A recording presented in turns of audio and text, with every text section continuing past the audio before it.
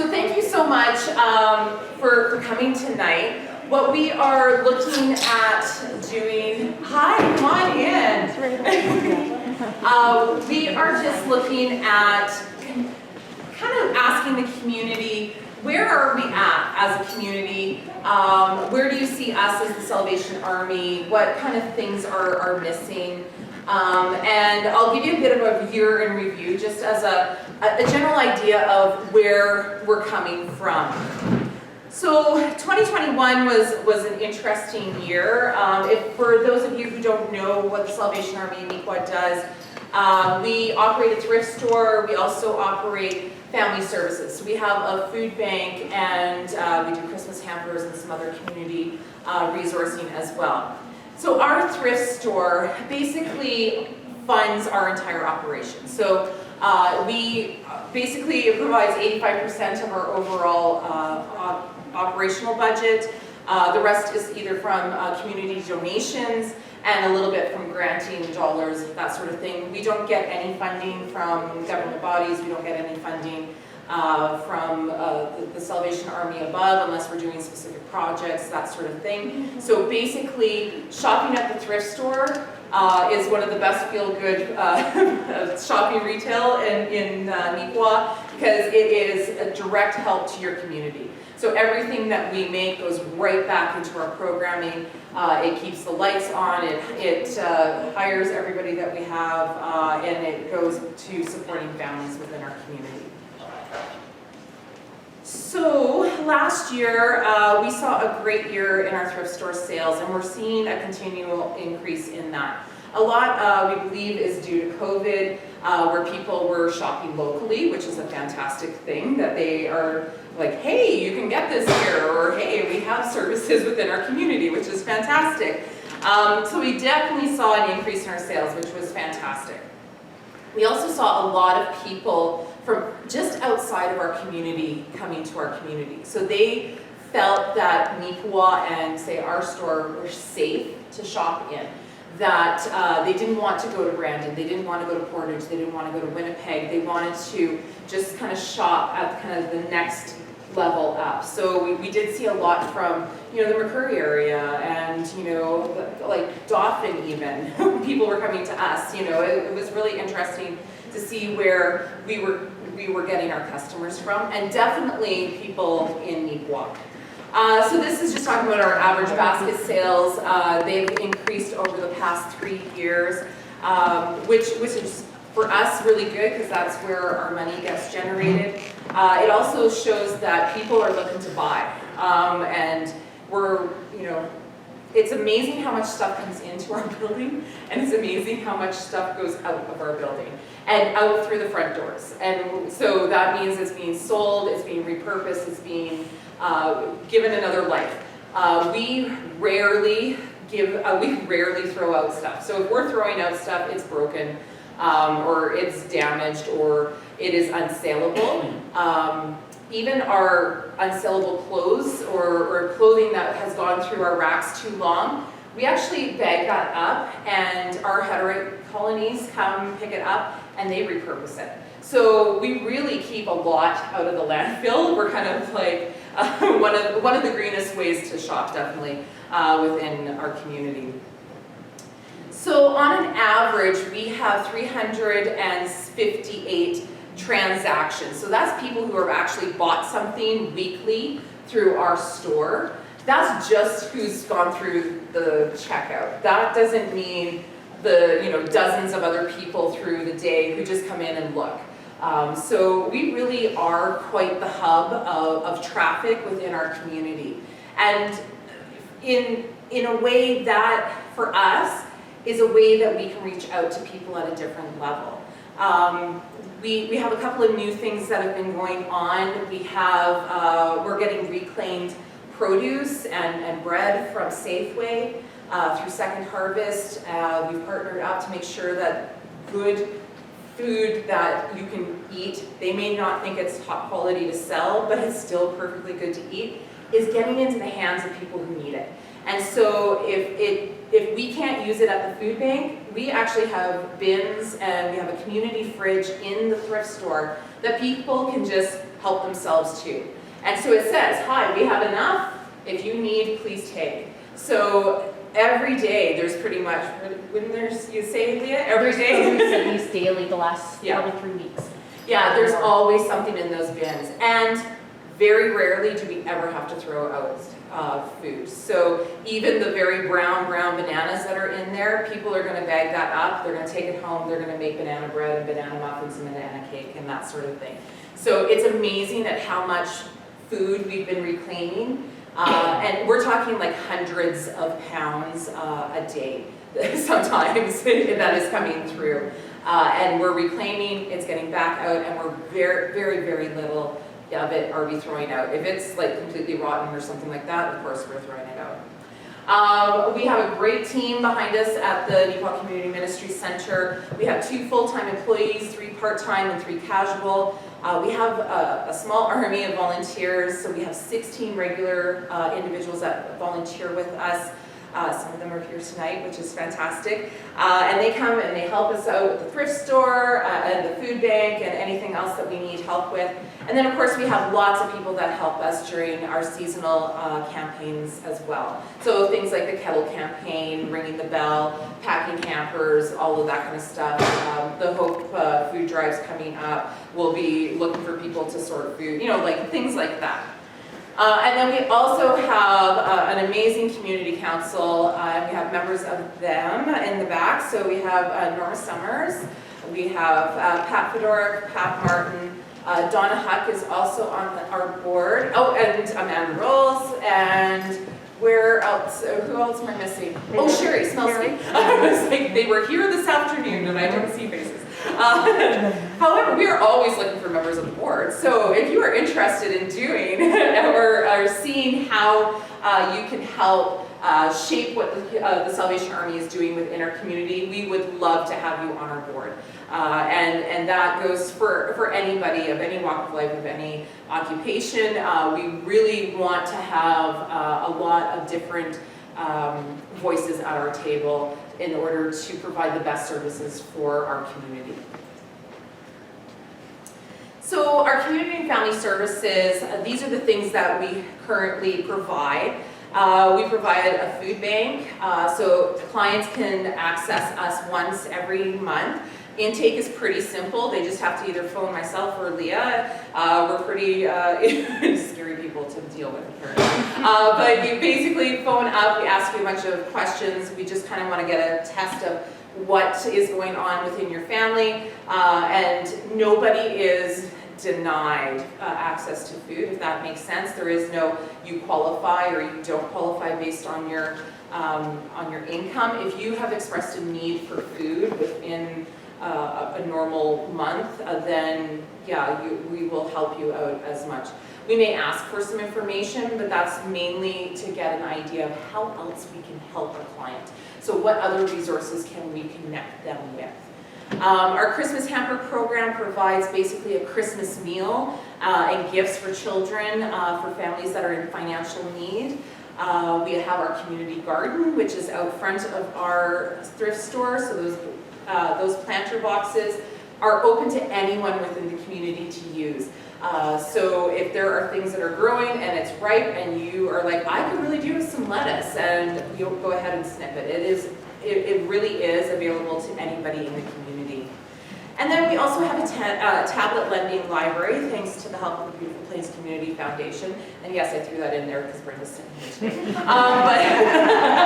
But the tablets are available for people to lend, or so we can lend them out, so people can access things like education or workshops, or maybe it's a doctor's appointment or a medical appointment or something like that as well. Or even through school, if kids are having a hard time connecting and need that extra support, we definitely have those services available, and it is again at no cost.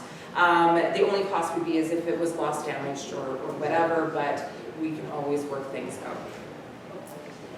So we've had a really busy year. As you can see, in 2021, we had a 60% increase in the usage of our food bank. That is pretty it sounds really dramatic, and it felt very dramatic, which was one of the reasons why we hired Leah on to relieve some of that pressure, that we could get some other work done for sure. So we've gone from seeing about 15 families a month to about 30 families on a regular a month. So we're looking at pretty much about 80 to 90 individuals, depending on the size of the family, of course. Now, this is always an interesting stat as well. So half of those individuals, or not quite half, 41.4% of those individuals are children that we service. So that actually is par for the course for Manitoba. That is the rate of child poverty within our province. So in Winnipeg, it's about 40%. In the province of Manitoba, it's about 40%. Here in Neepawa, it's 41% of children that are in poverty that are accessing food banks. So we're very similar to par for the course. Harvest Manitoba also saw a 50% increase over the 2021. So we're seeing very similar numbers in urban centers. We're seeing very similar numbers in rural centers. So poverty definitely exists within our community. It definitely is something that we're seeing more and more and more of. And we really, for us, we are looking to our community to say, how can we better support those who are facing difficult times within our community? So that's really what this evening is about.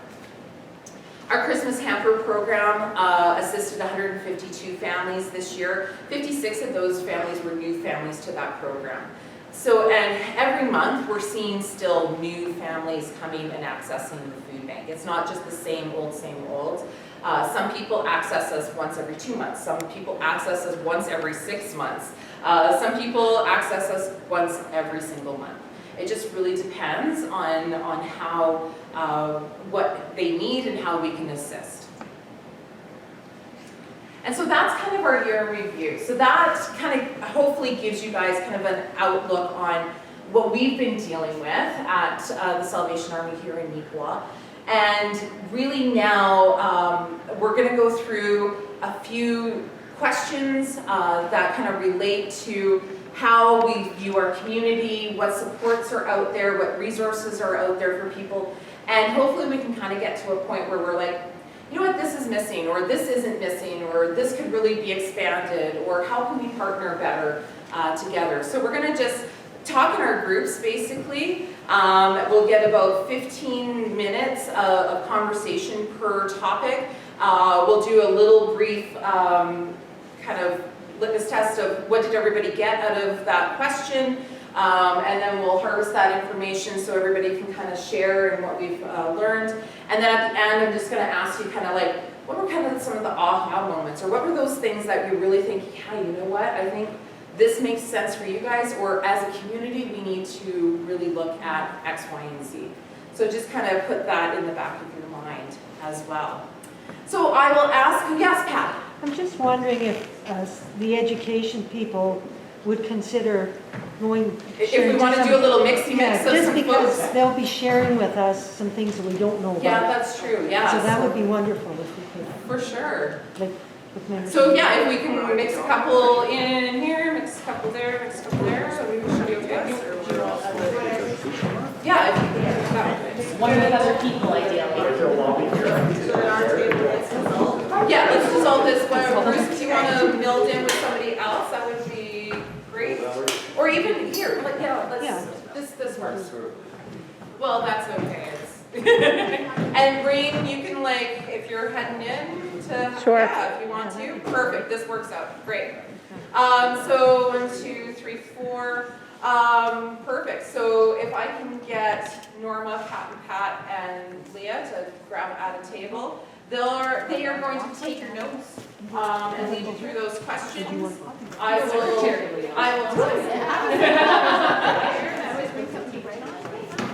Perfect. I just wasn't going to take this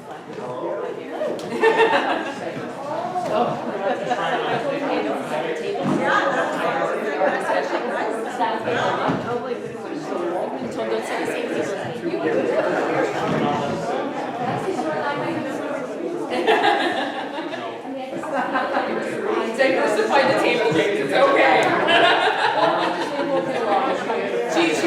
not think about what you're saying. All right. So just to give you guys an idea of the Salvation Army, our vision is that we are an innovative partner mobilized to share hope wherever there is hardship, building communities that are just and know the love of Jesus Christ. That is the mission of the Salvation Army, or the vision of the Salvation Army. And the mission is that the Salvation Army exists to share the love of Jesus Christ, meet the human needs, and be a transforming influence in the communities of our world. And those sorts of things is really what's driving this. So how can we be a transforming influence within our community? How can we be an innovative partner? And that's really what we're hoping to gather from meeting with you and hearing from you guys as what our community needs. So our first topic, we are a changing community. Neepawa is the 5th fastest growing community in Manitoba. We are the 13th fastest growing in Canada. So, is our community prepared for further growth?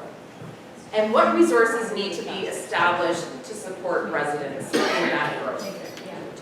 So, the questions are on your tables if you want to flip to them, if you don't want to look at the screen. And I'll give you guys 15 minutes to just kind of talk about this question. Go for it. Okay, so what I'll do is I will ask one of our tables to start, and then we'll kind of see if people can add to it. So if there are things that are similar, just say, yeah, we talked about that, and I'll kind of check off so we can kind of see kind of where the themes are starting to pull from. So Norma, did you want to start with your group there? All right, so is there enough affordable housing? That was the question that got asked first off. Okay.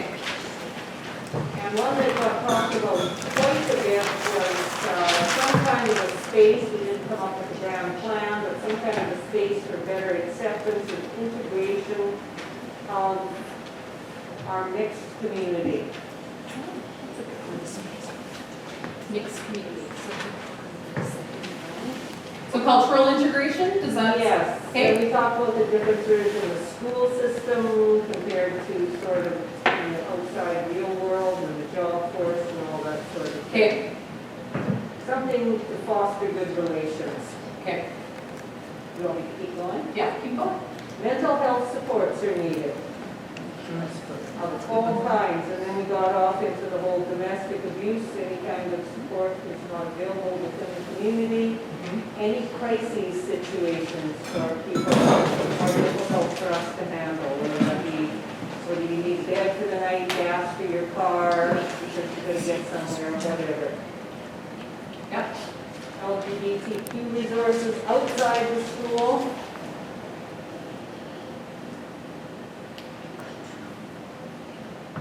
We already need more school space.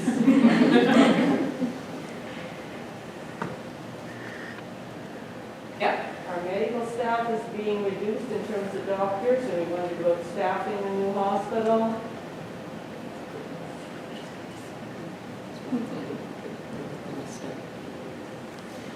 We need training and education opportunities within the community.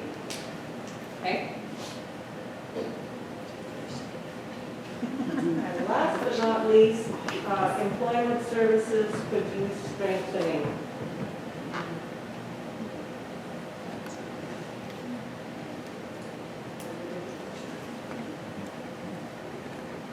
Okay, perfect. Okay, Leah, what did you guys have? So if we're prepared for future growth, we thought in some areas, like we're getting a new hospital, fire station, RCMP, and there are new houses being built, not necessarily affordable, but there are new things being built. Right, We thought yeah. were positives. But definitely the schools at capacity, we did not think was equipped to handle our growth. Overall, the feeling is that the town is open and receptive to growth, but we do reiterate the need for medical walk-in clinics or something for urgent care. And the fact that we have no public transit, so if someone doesn't drive, especially if you are a newcomer to Canada and do not have your license yet, and need to get your license in Manitoba, that takes a little bit of time, then you don't have, then transportation could potentially be an issue. Sorry, can I interrupt? What kind of transportation would you want? Who brought that up? I'm just asking, like, what would that look like, public transit in Neepawa?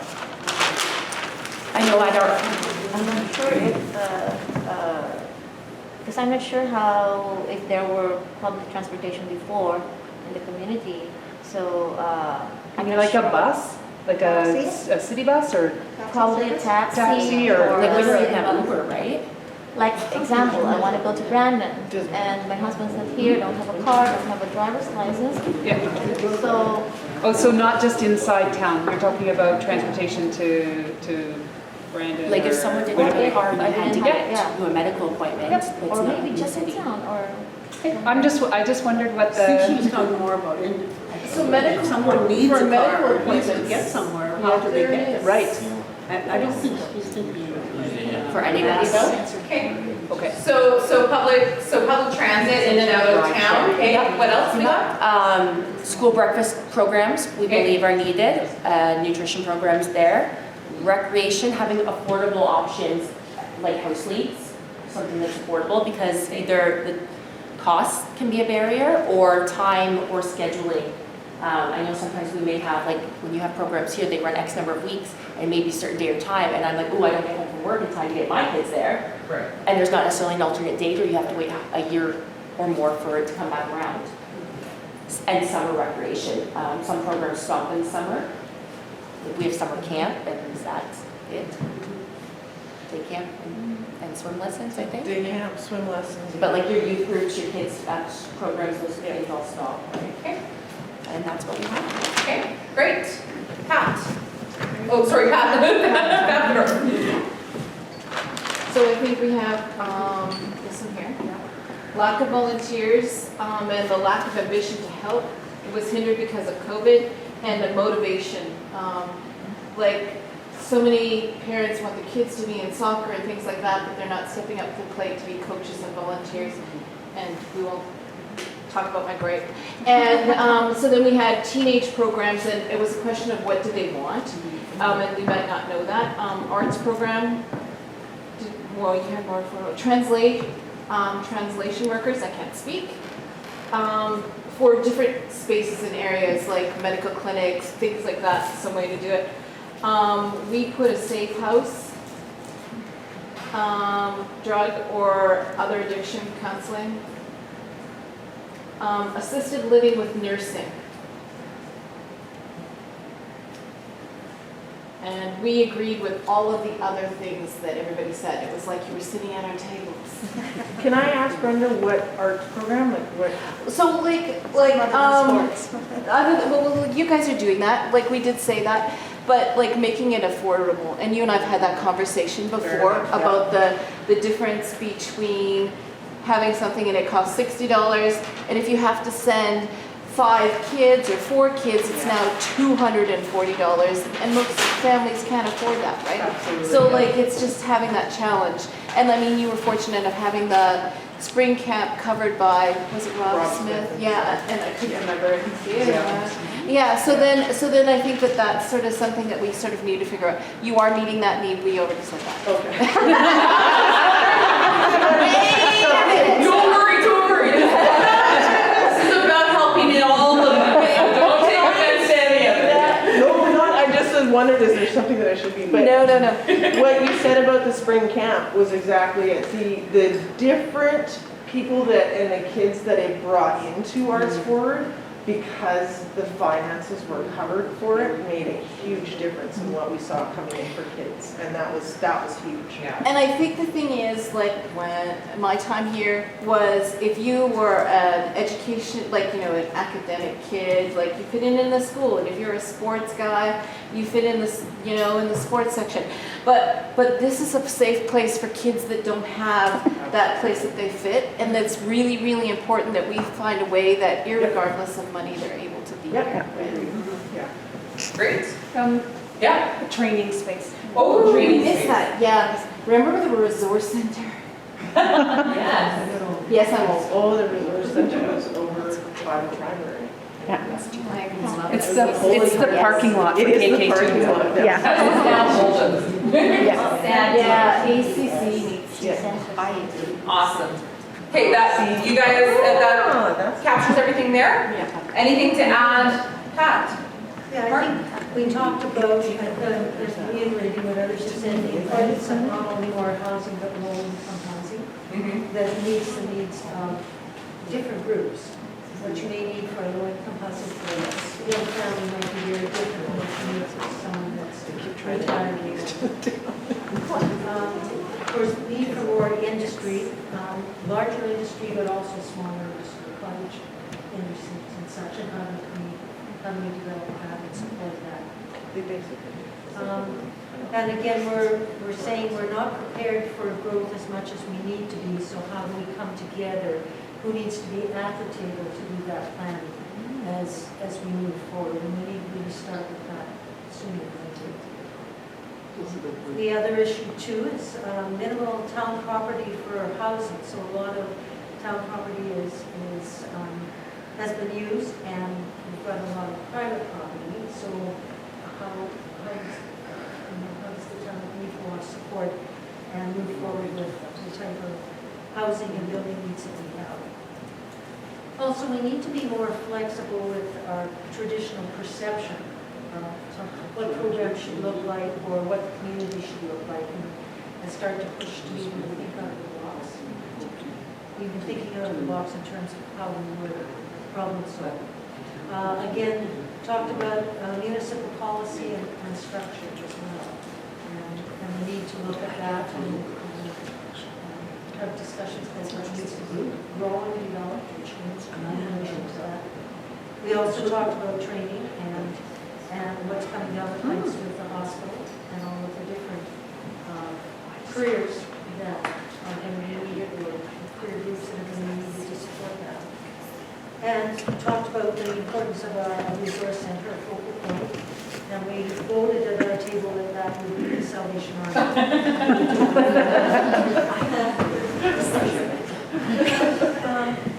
Because we are at a time where we're all struggling with limited resources and quite possibly diminishing funding as we move into the future, how do we think smarter and how do we work together smarter so that real need for us as a community to come together at all levels to be creative and to develop some real creative partnerships? And we can't just say, no, we can't fund it or we can't afford it. We really need to be asking the question, who needs to be at the table to make it happen? Yeah, I really like that. Yeah. Perfect. Awesome. One other thing about resources, we know they're out there, but we don't know what they are. We have no sense of coordination, no pivotal point where anybody could go to find out if this situation happens, who's out there, who's accessible, what can they do, that kind of thing. Once again, your name came up. That doesn't surprise me. Yeah, perfect. Good. Interesting how, as we're walking around, lots of similar conversations, lots of similar topics. And even we had our clients here this morning, or this afternoon, and a lot of similar topics here as well. So as we glean things, we will definitely be sharing some of those findings with everyone for sure. Okay, so topic number 2.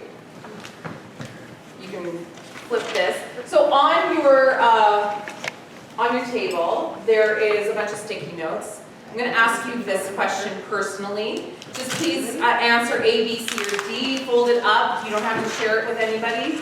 And then we'll collect them later and tally it. So this is a food security question. This is a statement. Which of the following statements best describes the food eaten in your household in the past 12 months? And that is since May of last year. So A, if you answer A, you and other household members always had enough of the kinds of foods you wanted to eat. B is you and other household members had enough to eat, but not always the kinds of foods you wanted.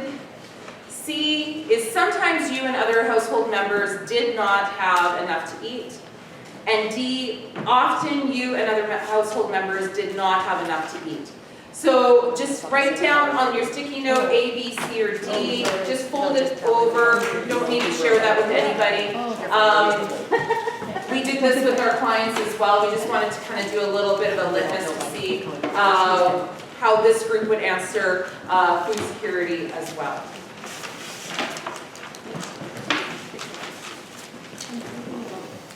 And mainly because the biggest thing that we offer as a support is a hamper, right? So that's really what people kind of feel that we do. And so what we're going to ask you now for our second question is there a need for more supports beyond just the food bank? What resources need to be available for individuals wanting to break that cycle of poverty? And how can the community provide opportunities for those looking to change their circumstance? So think about, like if people don't have education or don't have, but really want to change the way they are having opportunities in their life, then how, as we as a community, how can we help support them to better themselves or to find better opportunities or to make those changes? So how can we as a community help that as well? So you can just flip to your next page if you need that at a closer look. And again, I'll give you 15 minutes to have a conversation and then we'll glean that stuff afterwards. Go ahead. If it's no day, So no let's support, start so- off, Leah, let's start off with your table. What did you guys have for some of your findings? So, more help with resumes and cover letters and more like those employment resources. That was our question, right? Yes, so yes, we need more support, more resources available. We thought that people need help, almost like a counselor, to help you break out of the cycle of poverty. So someone who would check in with you, help you set goals, help you with an action plan to achieve those goals. We're helping connect you to learn skills and better your situation, which made me think pathway to hope. Yep. Drop-in childcare. We had the opportunity when we lived in Ontario to drop our kid for a few hours once a week. You'd sign up and there would be, and then you could go to like appointments or errands. So having that, there's not enough childcare is the biggest thing with that. Childcare and first aid courses may be available so that if people were wanting to babysit, because again, summer and school breaks, right? Like The town of Neepawa does the child daycare. over the Does it, summer. babysitting program? Babysitting for. Okay. Yeah, they do that, but that's okay, you're new, you don't know that. I don't know that. I'm learning it all. This is very informative. You learn lots when you come to these. Yeah, so that's our main things there. Okay, perfect. Pat F. We spend a lot of time on education. We got homework. So challenges around getting a GED, challenges around lack of local adult education, adult learning center. Well, and of course, then we got stuck on roadblocks. But anyway, affordable training center with affordable daycare. We need, but then specific education around cultural training, budgeting, nutrition, cooking classes, Okay, so it's like some life skills. kind of stuff. And then we were also, right at the very end, wondering about Habitat for Humanity as an opportunity for housing.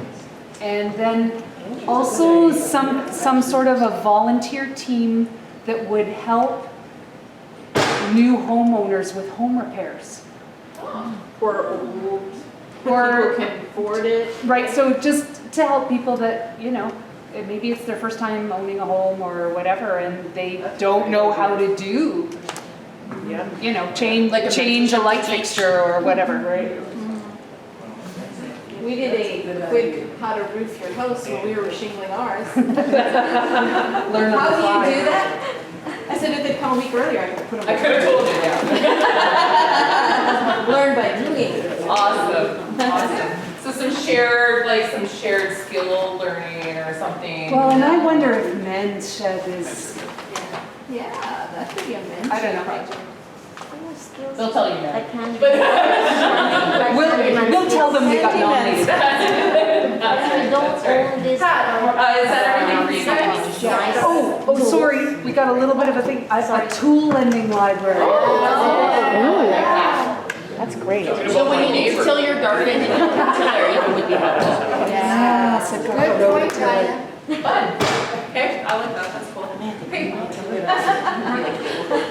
we talked about need for in-school breakfast programs, to broaden our food reconciliation programs, because that is providing so much food to people within our communities, but also how do we get at those surrounding areas. Oh, so more reclaim? More reclaimed, yeah. A support groups, more small groups and mood disorders. Safe place for people to come together and connect. Education, not only formal but informal education, especially education as well as how we develop soft skills. Employment opportunities, training that's specific to the needs of employment in this community. An understanding of what is available so that we all have a sense of what is available in the community and how to access it. And I think it's been quite obvious tonight that, at different tables, we have different knowledge about what's available. So how do you centralize that knowledge? Community kitchen, healthy eating programs, looking at places for you to go to shopping centers, and then self-improvement opportunities, which would be related to the life skills program. We also talked a lot about the importance of when we come together to look at what it is we need in our community. We need to have a broad set of voices at the table to truly understand. So if we're looking at the needs of those who are struggling with poverty, we need to have some of those people at the table to really understand what is it that they need that or they feel will best support them, and get some feedback in terms of whether they think some of these things are important. Also mentorship, how do there was a lot of discussion this afternoon with some of our clientele that were here who really felt that they wanted to be volunteers and that they had a lot of skills that they could share, but just felt they had nowhere to go to share those skills. So there was a real desire to be able to develop that in this community. And again, we came back looking a couple of things, subsidized daycare, we talked about.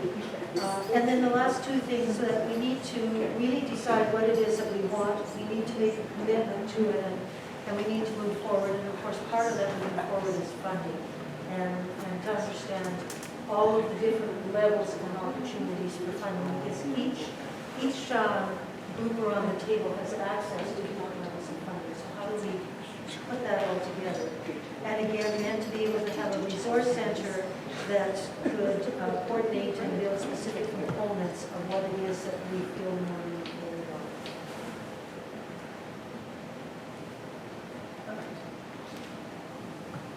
With key members at the table, that was the other thing that we need to, there's a feeling at our table that we're getting to that point. We've talked about the resource center now for a few years, and it's come up on a number of different consultation tables in this community. So are we ready to actually move forward with it and have some more concentrated discussion? And if so, who do we bring to the table to initiate and start that process? Because you need someone to start, right? And then from there you grow.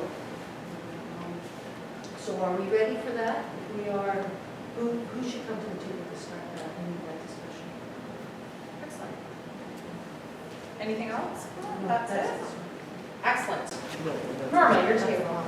Yeah, I won't repeat those, we hit the numbers. Pretty much. Things, but the breakfast program definitely needed, question was provided, we solved the problem. There's definitely ministerial interest. Okay. Service clubs, very likely. Dean or Vivian has the opportunity or offered and does provide food.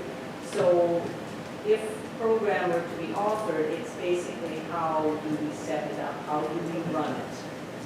And so that is the question, and we probably came, I think, with some work. That was the feeling that we do have the interest in place for that. So this might be some low-hanging fruit, is that what you're saying? Well, it was positive, I think responsibility. Well, you're right, it works in other jurisdictions, they clearly have models that work, so we've got to be able to make it work, you're right. But I mean, we had actual people saying, you know, like, yeah, there is an interest here, we would be prepared to help, and Excellent. they would be prepared to help, and he is prepared to help, so it's just a matter of Let's taking the steps, getting, get trying to coordinated get and make started, it happen. and Good. looking into a model that might actually work. Excellent.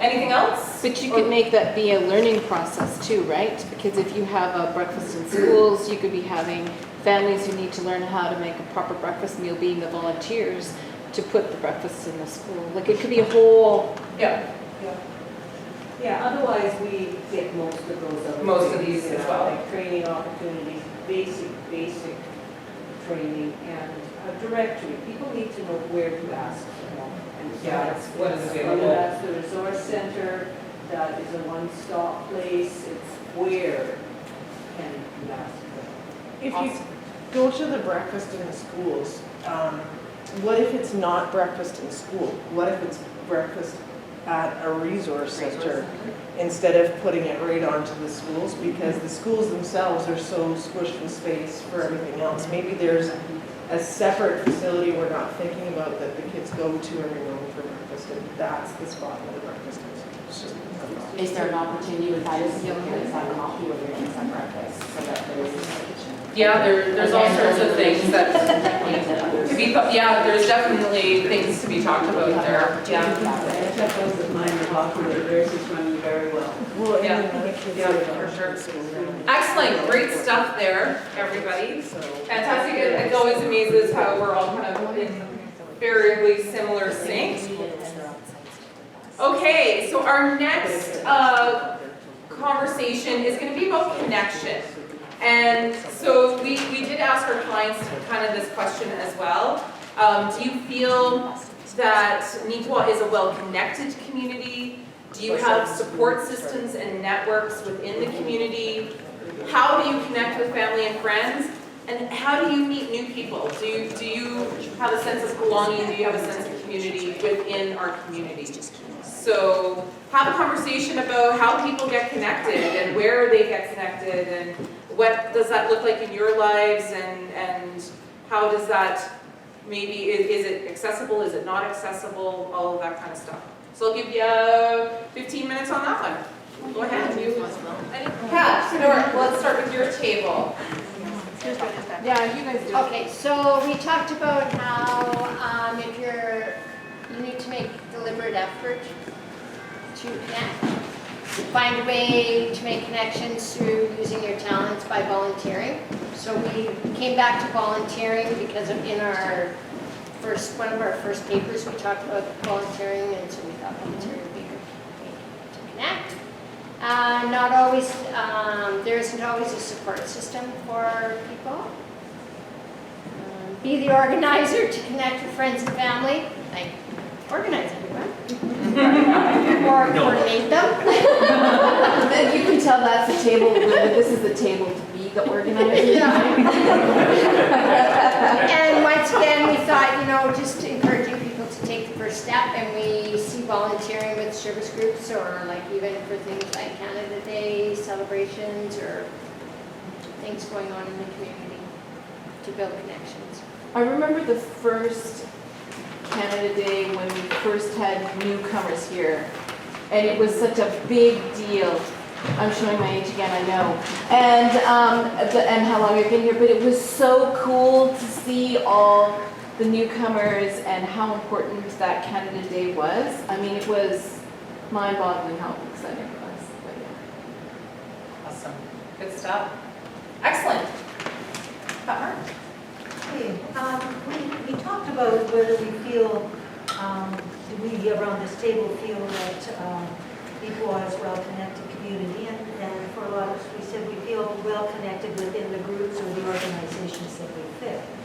And I think for a lot of people that's the case. But then how do you move that connection broader broader to the community level? We had the discussion or talked about how we really all need to work together at working together. So how do you get at that working together piece? And that it's really important that we not waste a lot of time and resources working in silos. Like, we really need to look at all of our different organizations and what each would bring to the table in terms of what they would have to offer to increase that feeling of connectedness and belonging at the community level. So we, for example, Arts Forward, I think, has a lot of opportunity to be a significant hub for this piece. So that this earlier today, we heard a lot of discussion from people saying we just want to be able to come together and you know, craft together, share the skills that we have, the knowledge we have, and then maybe sell to make a little bit of money, because often these were families that were struggling financially. But again, it's about that informal ability to come to a place where they're not having to pay, and where they come for a common interest, and they feel safe that they can come and share. So from Arts Forward, we really felt there was a lot of opportunity to grow that kind of community connection.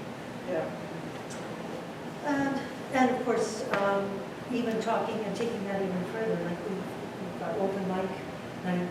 Are there other opportunities to bring community in for other things where they feel Michelle was talking about in Europe? People go, there's a program where you go to a restaurant and you just go and you share information about one another. So you just come and it's kind of come, share, meet. So, you know, could we grow something like that as well? And the access to books concept that we used to have here, where people would go in, they could, at the co-op, the old co-op, where they could go in and get books, where they could sit down and have coffee, build on a puzzle. That brought a lot of people in, and there was it was a safe place where people went, and a lot of connection that happened there. So do we have the opportunity to build that as well? And again, just places for people with the same common interest to get together and share. Excellent. Good job. All right, Norma. Well, we sort of stumbled around with this question a little bit. We saw basically, yeah, people are welcoming in the community, but then there's the difference between being welcoming and really being close, you know, like connecting and making close connections. We thought work connections, faith connections are strong, there's interest groups to join, and we sort of basically felt that, you know, we didn't think there should be too much of a problem making connections if you were personally interested in making them. There were a few difficulties though. There's no places really to just go to socialize, and that's been mentioned several ways, especially after 8:30 at night.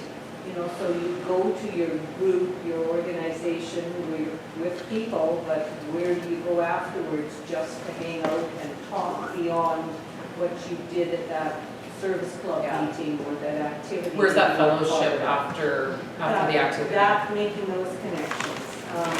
And our busy lives, just for many people, leave little room or little time or little desire for connection.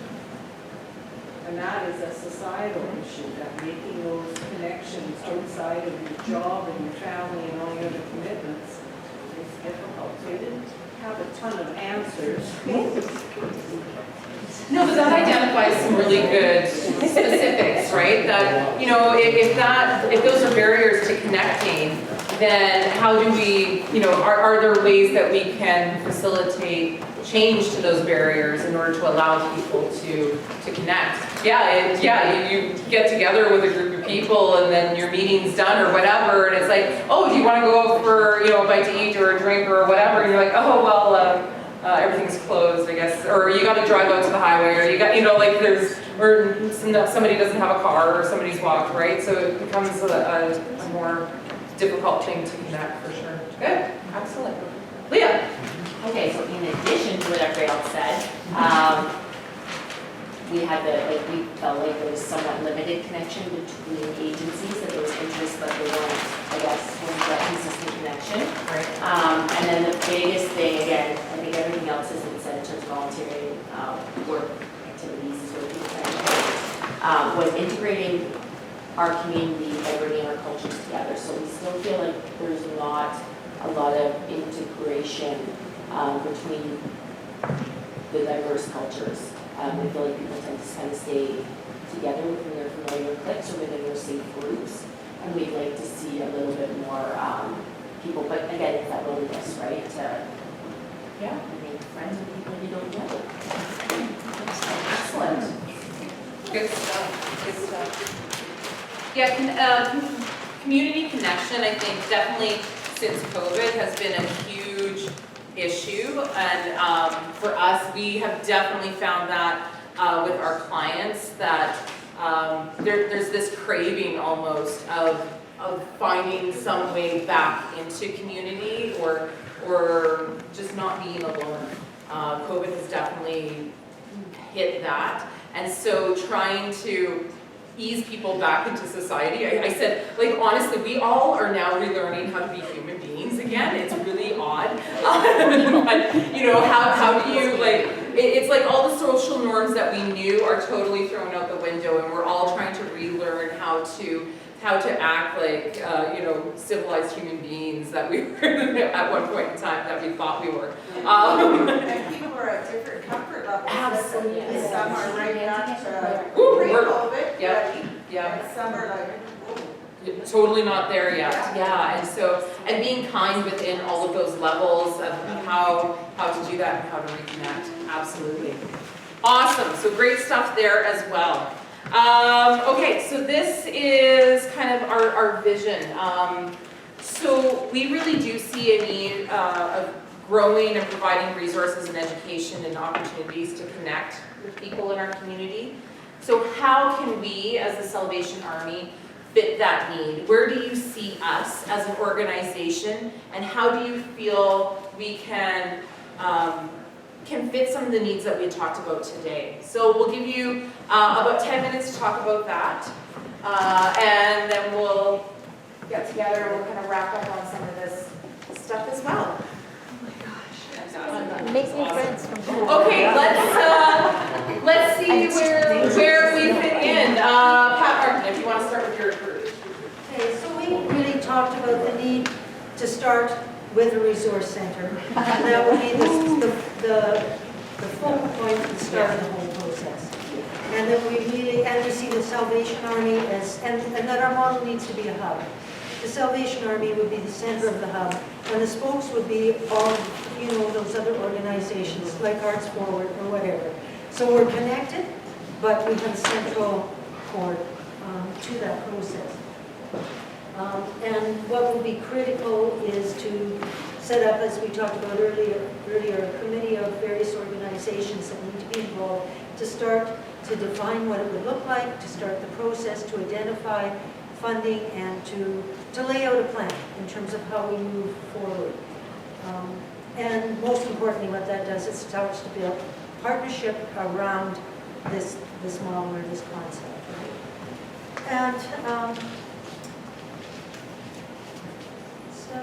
and I guess the other thing too is it's just again, Salvation Army is I think we think the place to start, because already they are working very closely with some of the populations that we've been talking about, those that are struggling or those that are looking to be able to access resources to get out of poverty or to move things forward. And the Salvation Army has already with a lot of our population defined itself as a safe place that with staff that they can trust, and they feel very comfortable going into that facility. Great. Excellent. Norma. yes, we agree with that. The other idea that came up was that the Salvation Army could be, should be, is an important voice of advocacy.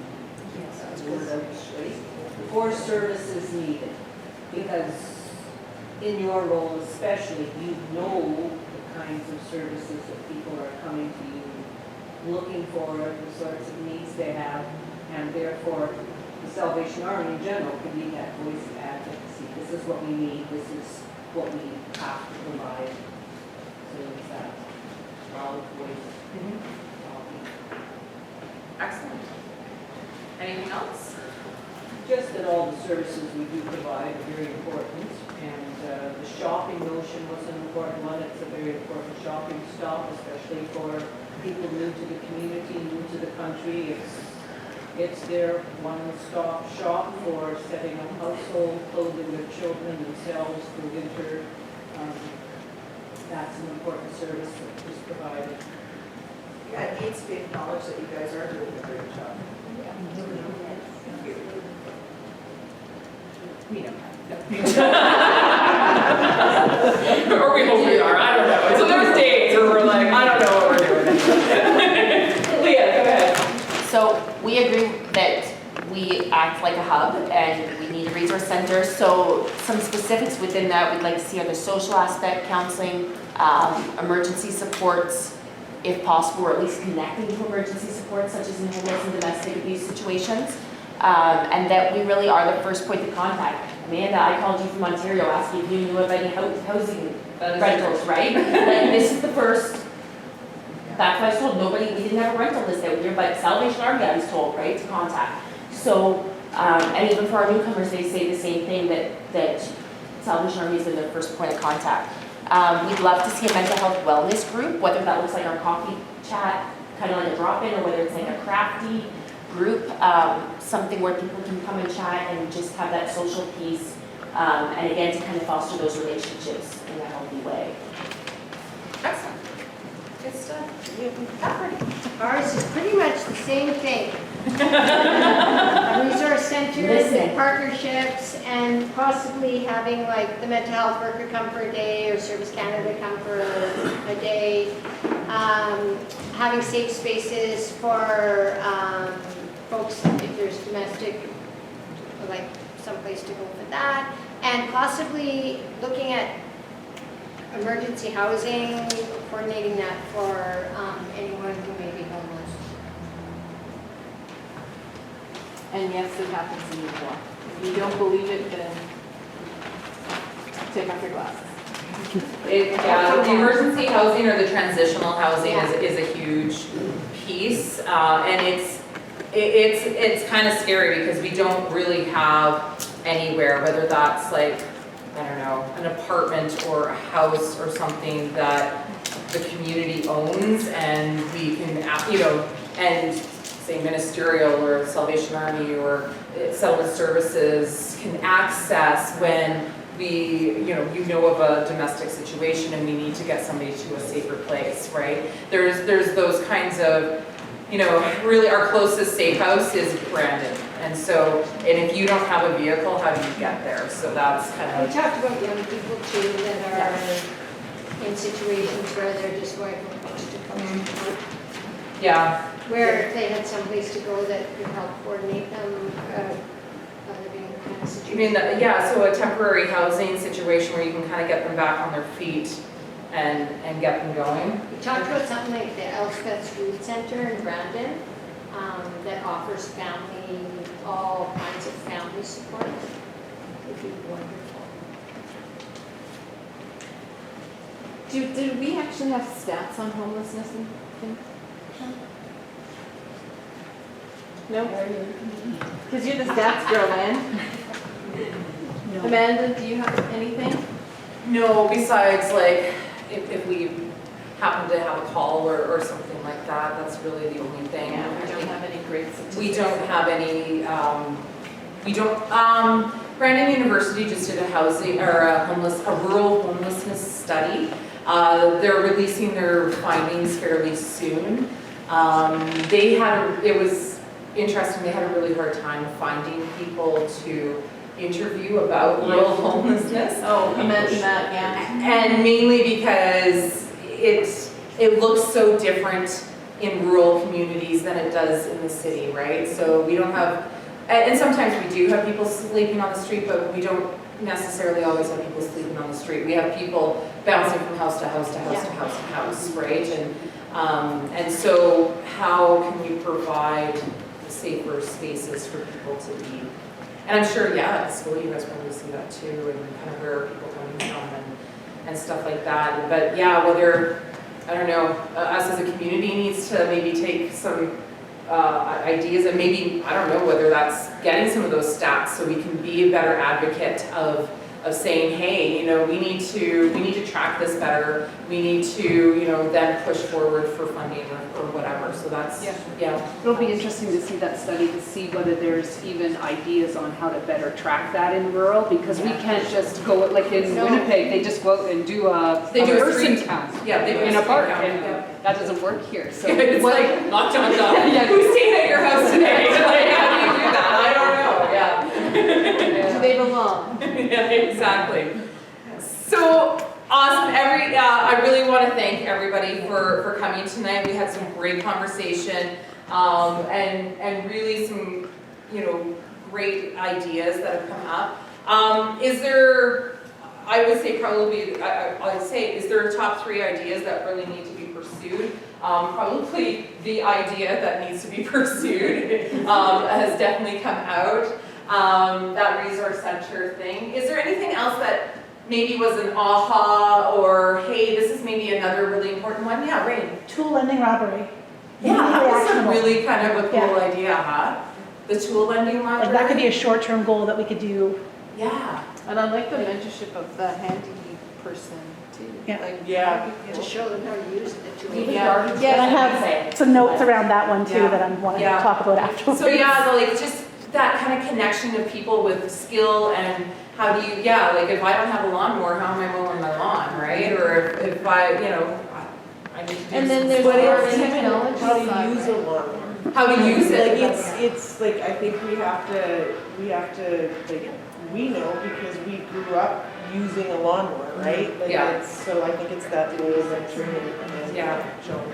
That's, things that we take for granted just because we, you know, if you've lived here and you've grown up with it and this is the expectation, that's different. But even if, like, I don't know if my kid would even know how to push a lawnmower, to tell you the truth. But we're also like, we've lost Team Electronics where the access to technology and all that repair of resources and stuff like that is something that maybe now you need to have a resource for technology and how to fix things and that sort of stuff too, right? Yeah. Oh, business startup, yeah. My husband is not doing Yeah. Awesome. Anything else that? A welcome place, so I was thought about just a place where people can come and meet new people, just chat, relax, a safe place where the kids can come to for a bit. Everybody knows my name. Cheers? Yes. Okay, so we're serving liquor? Only after hours we had to say. Again, that whole emphasis around connecting, especially a safe place for people who are not comfortable, have difficulty connecting. It might be a lot safer, and especially if they all have young children, preschoolers, there's always that kind of thing. Yeah, so I wonder if that's something like a once a month, you know, a welcome cafe, right? Where child care. Or where we do, where we do some child minding, parents and people, we can talk about, here's the resources within our community, you know, I'd like to see some more, not just geared towards children, because mine's all grown up. I would like to, just get together in a non-crowded, non-focused group to do something to meet. That would be nice to have, like, a community center kind of idea. kind of a drop-in where you can kind of, Even if it's only once a month. yeah. Coffee chats Thursdays at our, Join us. at the thrift store. We're doing drop-ins where Amanda Rolls will be there tomorrow. Talking about chickpeas. Really exciting. Chickpeas are snacks, people. You want to know what to do with chickpeas. Do you? Different places where you Anything else before we kind of wrap up our evening? But I mean, we need to remember that there are safe places in our community. There is. They exist. It's like your local, the library has an amazing place for people to drop in here. And I think that we have them, but we just need to make them more accessible and people to know that they're there too. Like I think even educating people of what's available right now before we move forward to create something new. And I think that we always take like for granted what we have, but we maybe don't promote what we have so well. right? No, that's absolutely true. I think that, you know, a bit more promotion of resources that we do have and what people can access and things like that, that definitely came up this afternoon. One thing we could do as far as a resource, instead of having to have the building, having a meeting once a month that's open to the community, that has part of every organization coming together and talking would be nice too, because then everybody will know what's going on. If we have to do something in-house, or we have the resource center.